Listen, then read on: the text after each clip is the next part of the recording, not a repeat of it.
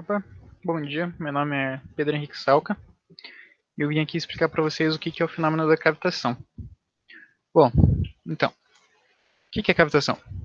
A cavitação ela é um fenômeno físico que ela ocorre normalmente no interior de sistemas hidráulicos, que é a formação de bolhas no meio do fluido, que quando essas bolhas elas estouram, elas podem causar choque dentro do líquido, ela pode causando danos nos componentes do sistema, do equipamento. A gente pode entender melhor o que é o fenômeno da cavitação pelo teorema de Bernoulli, que diz que quando um líquido, quando ele está escoando, ao ser acelerado, ele causa uma diminuição da pressão do líquido para manter a energia mecânica dele constante. Ou seja, por exemplo, vamos ter lá um certo líquido escoando a uma certa pressão e uma certa temperatura.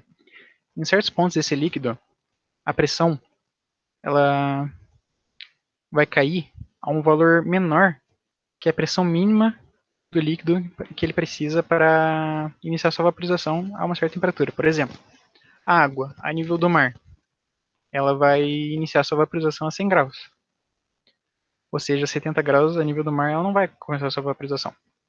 Porém, a gente pode diminuir a pressão de vapor, a pressão desse líquido, a ponto de que esse líquido se inicie a sua vaporização a 70 graus Celsius, gerando bolhas de vapor antes do esperado, por exemplo. Esse é o fenômeno da cavitação. É,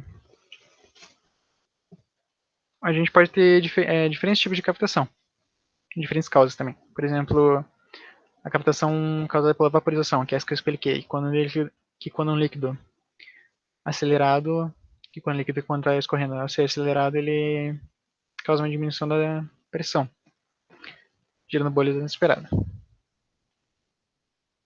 A cavitação pode ocorrer por turbulência, que é quando o equipamento está danificado. Ele pode causar diferenças no percurso do líquido, causando turbulência no sistema, e causando diferenças de pressão no líquido. Pode acontecer pela síndrome de palhetas, que é quando o impulsor de alguma bomba ele tem um diâmetro muito grande, ou quando a carcaça do equipamento é muito espessa, pode causar diferença na aceleração do líquido, sendo assim, causando diferença na pressão. Pode ser causado, a cavitação pode ser causada pela recirculação interna, que é quando a válvula de descarga de uma bomba ela está fechada, porém a bomba está funcionando, que daí o fluido dentro da bomba ele começa a ficar circulando e recirculando, circulando dentro do rotor.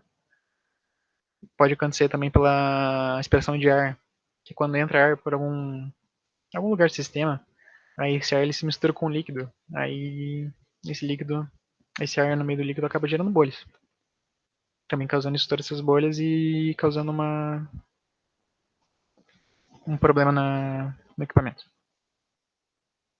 Bem, como eu disse, essas bolhas, quando elas estouram, elas acabam causando problemas no equipamento. E elas podem danificar o equipamento a ponto de diminuir a eficiência desse aparelho, causando problemas sérios. Para isso, a gente tem como identificar a cavitação, para a gente saber lá se, poxa, eu tô com um problema na minha bomba. Vou ficar atento a alguns sinais, né, para saber se pode ser captação. Alguns desses problemas podem ser, por exemplo, quando você compra uma bomba, você bota ela para funcionar e o fluxo do fluido dela acaba sendo um valor menor que aquele imposto pelo fabricante. Isso pode ser um sinal de captação, pode ser quando acontece vibrações estranhas no aparelho, que não são normais dele. Pode ser um sintoma de captação.